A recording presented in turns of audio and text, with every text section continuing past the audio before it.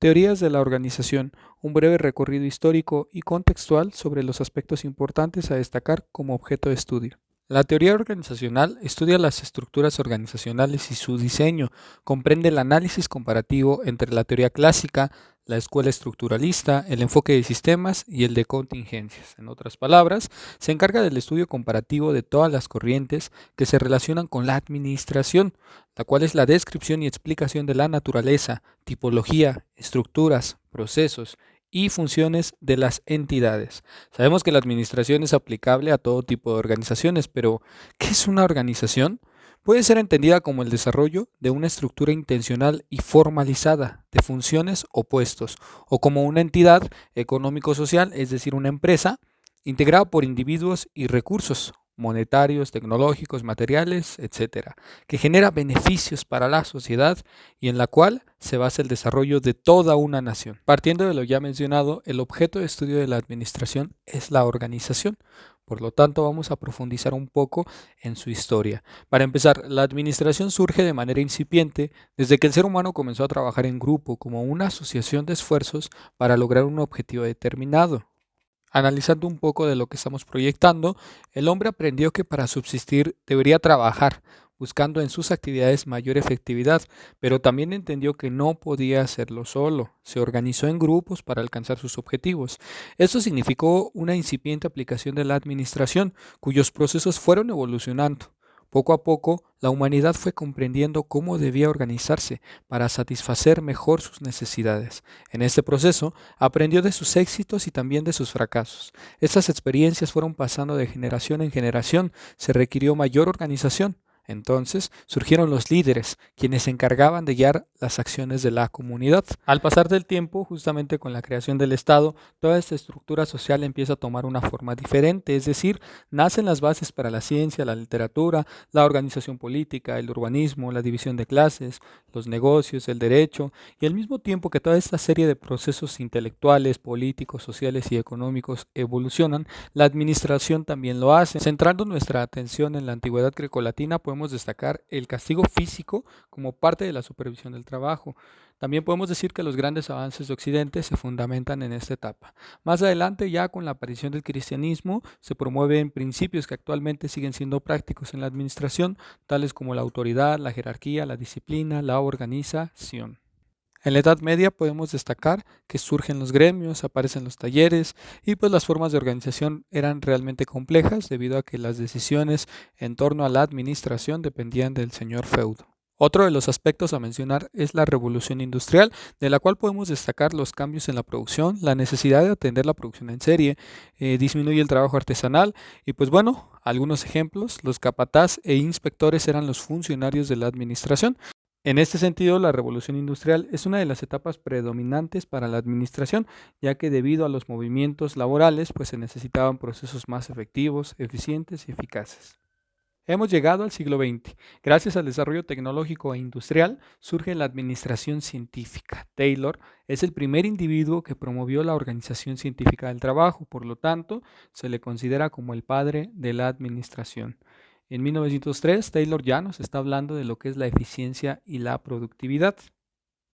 A partir de Taylor empiezan a nacer diferentes y nuevas escuelas de administración, entre los cuales podemos destacar a distintos autores tales como Henry Fayol, que nos habla de la teoría clásica, la estructura y la eficiencia, Elton Mayo, que nos habla de la teoría de las relaciones humanas, o sea, las personas, Max Weber, la teoría burocrática, Amita Yetsiani, la teoría estructuralista, entre otros. Muy bien, partiendo de una breve reseña histórica sobre la teoría de la organización, hablaremos sobre la clasificación de las organizaciones.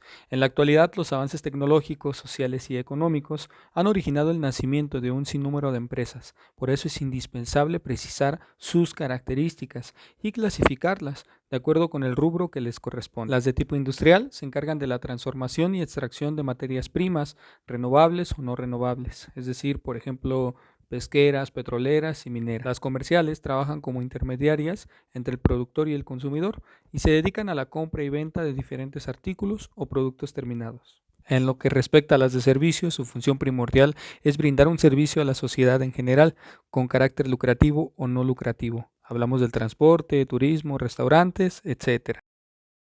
Las privadas buscan obtener un beneficio económico mediante la satisfacción de alguna necesidad de orden general o social. Su capital proviene de inversiones privadas, cuyo propósito es obtener una ganancia. En lo que respecta a los de tipo público, su objetivo es cubrir un requerimiento general o social, independientemente de los beneficios lucrativos. Su capital no proviene de particulares, sino del Estado. Y bueno, las globales, su capital es de origen extranjero, pero las utilidades se distribuyen en los países de origen.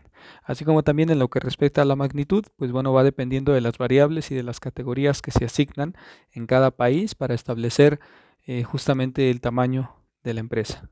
La organización es un sistema de roles y relacionamientos con una finalidad, la cual se alcanza mediante procesos coordinados en una estructura que propicia la emergencia de atributos necesarios para actuar en un entorno. Por lo tanto, la perspectiva sistémica busca justamente comprender el comportamiento del individuo como un elemento que forma parte de un sistema y que a su vez este sistema forma parte de otro, que es un macrosistema, que como su nombre lo dice, es más grande. Y bueno, esta parte considero que es importante leerla. La relación entre personas y organizaciones siempre se ha considerado problemática en cuanto a integración se refiere. No siempre es cooperativa, puede ser tensa y conflictiva. Esta realidad fue analizada por diferentes estudiosos, quienes advirtieron que las organizaciones pueden acabar con la personalidad del individuo. Ya mencionamos a uno de los autores, que es Elton Mayo, que realizó diferentes estudios sobre el impacto que causan las organizaciones en casos industriales. Esta premisa también es muy importante en el contexto histórico de la administración, ya que poco a poco el enfoque aplicado por Taylor fue cambiando y dio paso a una perspectiva más humana que centraba su atención en el hombre y el grupo social. Ese también es uno de los aspectos importantes dentro del actual estudio de la organización, la cultura y el ambiente organizacional, principalmente porque las personas y las organizaciones tienen una serie de valores, principios, actitudes, costumbres, formas de comunicarse, que se han ido conformando a lo largo de su historia y en los que además ha influido factores como la ubicación geográfica, el estilo de liderazgo, el pasado, o sea, su historia, y el presente, la edad, el promedio, la antigüedad de la empresa. En resumen, al conjunto de todos estos elementos positivos y negativos lo podemos denominar como cultura organizacional. En lo que respecta a la tesis sobre el cambio y la síntesis de los procesos institucionales, podemos decir que esta aproximación teórica de las organizaciones nos permite identificar un estándar que se puede ajustar al ampliar el mundo organizacional dependiendo de las variables que distinga a cada empresa u organización. De este modo, la naturaleza humana es un factor que influye en la toma de decisiones. Y bueno, ya a forma de cierre, la sociología de las organizaciones intenta aportar un marco más global en lo que respecta al estudio de las relaciones humanas dentro de un entorno organizacional. Ya a forma de conclusión, quiero mencionar que la administración educativa es más compleja aún debido a que tiene un valor psicopedagógico. Al hablar de educación, definitivamente su valor psicopedagógico nos lleva a citar y practicar una serie de principios que se utilizan en múltiples disciplinas, tales como la psicología, la sociología, la pedagogía, entre otras. Por lo tanto, la responsabilidad ética sobre la cual podemos ejercer esta práctica de la administración educativa es vital en un marco axiológico de posibles soluciones. Sin más por el momento, agradezco la atención prestada.